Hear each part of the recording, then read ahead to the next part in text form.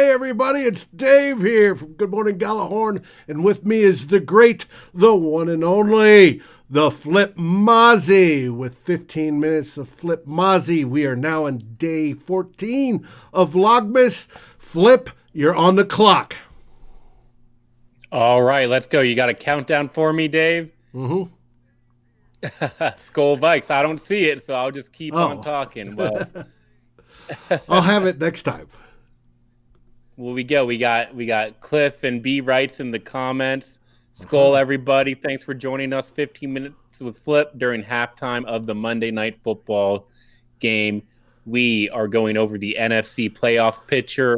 We've got an AFC contest tonight between the Browns and the Ravens, which means we know everything we can about the NFC playoffs and Week 14 going into Week 15. Our Minnesota Vikings, we got the loss on Sunday.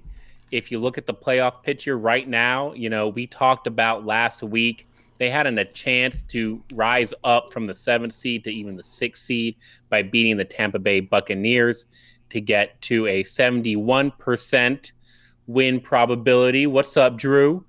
That didn't happen. The Vikings had a chance. They missed out on their chance. They had their own destiny. They had control over their own fate. Now in 8th place, they no longer have full control, and their playoff odds have been cut in half to 21%. So limited options. What's new when you're a struggling wild card team? The Vikings can no longer win the division. Green Bay clinched yesterday with the win against Detroit.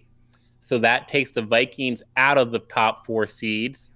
You look at the 5 seed, it currently belongs to the Seattle Seahawks. The Vikings can't get that 5 seed. At best, they can tie Seattle's 9-7 record, but they lose the head-to-head tiebreaker there. So they can't get any of the 5 top seeds in the NFC right now. Tampa Bay is in the 6th seed. Well, with the loss yesterday, no real shot for the Vikings there either. They would need to win all 3 of their remaining games and have Tampa Bay lose all 3 of their games. Sure, anything can happen, but the Buccaneers play 4-9 Atlanta twice in their last 3 games. Being a Vikings fan, we can't take that for granted because our same Minnesota Vikes lost to that Atlanta team, but it's unlikely that the Tampa Bay Buccaneers are going to lose to Atlanta twice in the next 3 weeks. So that leaves the 7 seed as the only realistic seed Minnesota can get, the last NFC playoff spot. Dave, how you feeling? I feel great, but not about the 7th seed. As you can see there, right behind Minnesota is the Bears. We've got to get by the Bears first. And then we have to hope that the Cardinals lose at least 1, if not 2 of their remaining games. And we have to win at least 2, if not all 3, and I would say all 3, to have a chance. Is that going to happen? Cardinals may lose to the Rams, yes. That would put us equal, but we've got to win all 3. I think this Bears game isn't going to be as easy as people hope. And then, of course, on Christmas Day, we have the Saints. Yeah, well, to fast forward, you have to really ask yourself what you're playing for here now. Because yes, it's great to make the playoffs 2 years in a row. That'd be a big confidence boost for this young team. A lot of the young rookies on the team get that first playoff experience, get that first game. The Minnesota Vikings, when you look at the top of the NFC, knowing they can only get the 7 seed, that game, if they make the playoffs, that is a big if, but if they do, that game as a 7 seed is either going to be against the Green Bay Packers or the New Orleans Saints. It's not going to be an easy first playoff game. It's going to be the toughest possible first road playoff game if they get to that 7 seed. Now, personally, I still want the Minnesota Vikings to win it, see if they can make some noise in the playoffs. It's always worth a puncher's chance, but that's the reality. There's no there's no setting themselves up for success in the playoffs. Now they're just desperate to get in there. And Cliff doesn't feel too good about it. Cliff's telling me that we're done till next year. Now, mathematically, it could be the Rams too if the Saints and Green Bay lose. The Rams have a 5% chance Yeah. of getting up to the second seed. So again, it mathematically, yeah, it could be the Rams, but it's going to be the Saints or the Packers. Right. So Drew wants to know what three teams the Cardinals finish with. The Cardinals play Philadelphia at home next. And then in week 15, let me pull that up. They play San Francisco 49ers at home before finishing against the Los Angeles Rams. So it's Eagles, 49ers, Rams for the Arizona Cardinals. Good chance they lose one of those three games. Probably the Rams game is the game they're most likely to lose. But the Vikings have arguably a tougher finish with two divisional opponents, with the Bears and the Lions, against the Saints. So we're behind the Cardinals, we're playing catch up, and we have a harder schedule. For the Minnesota Vikings, again, they need to tie the Arizona Cardinals record by the end of the year. That's the easiest way for them to get in, is to have the same record as the Cardinals as the end of week 17. To do that, they're probably going to have to beat the Saints. Of the three games left, the Saints game is the most important for the Minnesota Vikings. It's debatable whether the Bears game or the Detroit game is the next most important, but the bottom line is the next game is going to be the most important. That's Chicago. You hope Minnesota can beat Chicago and that Arizona loses to Philadelphia in week 15. The Bears game is also huge because, look, we're tied with the Bears right now in record. We have the tiebreaker in head-to-head games against them, but if we can't beat the Bears, then they're going to leapfrog us too, and that's another challenge that the Minnesota Vikings have to face. I was going to say, if we lose to the Bears, what's the next tiebreaker? Because then there'll be one win apiece. And they'll obviously go up one game ahead of us, so we'd have to catch them. They'd have to fail in the last 2 weeks.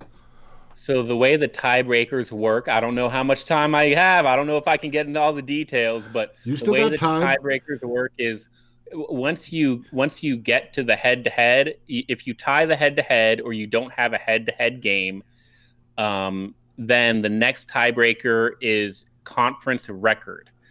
And specifically against the Cardinals right now, the Cardinals have a better conference record than the Vikings do. So we need to make ground on the Cardinals on that front too. And then you look at the Chicago Bears, they're already 5-5 in the conference. The Minnesota Vikings are 4-5 in the conference. So we are the worst off in terms of conference record. It's the hardest part about the Minnesota Vikings playoff picture. It's not just the fact that we only have 6 wins, it's that we don't have really any of the tiebreakers right now against any of these other teams, and we need to earn both wins and tiebreakers in the last 3 weeks of the season. Snarlix asks, have we heard anything about Brady? About Dan Bailey? Or Bailey, yeah. Has he been fired yet? Mm-hmm. Will he be fired? I listened to the Mike Zimmer presser today. He didn't really give a strong conviction about Dan Bailey. I don't think that Dan Bailey is going to be fired. He just signed an offseason extension through 2023. That's probably going to be your kicker throughout the rest of the year, my man Snarls. Maybe we get in a situation where we're in training camp in August of 2021 and there's a kicker competition. You never know. Rick Spielman might try to draft another kicker. It's going to be kicker chaos, kicker controversy, no matter what happens. But Dan Bailey is the man in purple for now, and it's going to look that way for the rest of the 2020 season. I suspect that too. And he's an old kicker. Kickers can go through periods of yips and still be great kickers. this may just be one of those. So we'll see. Clifford said signed a big leg to the practice squad. Yes, Clifford, but it takes 6 days to go through COVID protocols, and that may be just as insurance. Yeah, and move on to we can move on from the playoff picture to the kicker competition. Look, it's You're down to 2 minutes. I'm down to 2 minutes. I'll say with my 2 minutes, man, it doesn't matter who they sign, what they see in practice. We've seen the Vikings go through so many kickers that I don't know what to believe. If they tell me that this new kicker is going to be better than Dan Bailey, how can you trust them after they, basically psych themselves out of Blair Walsh, after they quit on Dan Carlson, after they gave Kai Forbath the finger, told him to get out of town. So you can't tell me that a new kicker is going to be a better kicker. The grass is not always greener, and we don't have the proper talent evaluators in place right now to make that call. I agree with you 100%. And kickers, and if we let go of Bailey, believe it or not, we'll owe him money. And it's not just kickers. Y'all need to be asking yourself about this offensive line too. They really struggled. The Vikings lost for a lot of different reasons yesterday. We can't just point the finger all at Dan Bailey. 24. They scored 14 points. If Dan Bailey converts all of his kicks, they score 24 points. That doesn't make me feel good. 24 points from this offense, that's still not enough. So spread the blame around. There's plenty of it, so spread it. Ooh, I have a picture that gets mine. Where is it? Aha. Here we go. Illustrated. How do you like that pass blocking? That looks like what happens when you put a left tackle at right guard and you give him very, very few practice reps, up and down season. He's injured and he's having to go against a former Pro Bowler and Ndamukong Suh, a 10-year veteran in the league. Jason Pierre-Paul there, an amazing player, amazing defensive end. It's just not an offensive line that is designed to pass block going against a defensive line that is designed to pass rush. Mm-hmm. Exactly. So we'll see. Snarlex writes he can't wait to see if Hunter returns. Buddy, I can't either. He needs to be there. Contractually, he will be. But we know what can happen between now and then. Y'all, like I said, enjoy the second half of Monday Night Football. It's no NFC playoff implications. No need to get stressed out like we were yesterday. Just enjoy some football and have a great night, y'all. It's always a pleasure. Skol Vikes. Skol Vikings! Vlogmas Day 14 wraps up. Vlogmas Day 15 is tomorrow night with Climbing the Pockets in the Huddle. Come join us at 9 p.m. Eastern. Rest of you, enjoy your football game. Stay safe, stay sound, stay healthy, and go Vikings! Skol Vikes.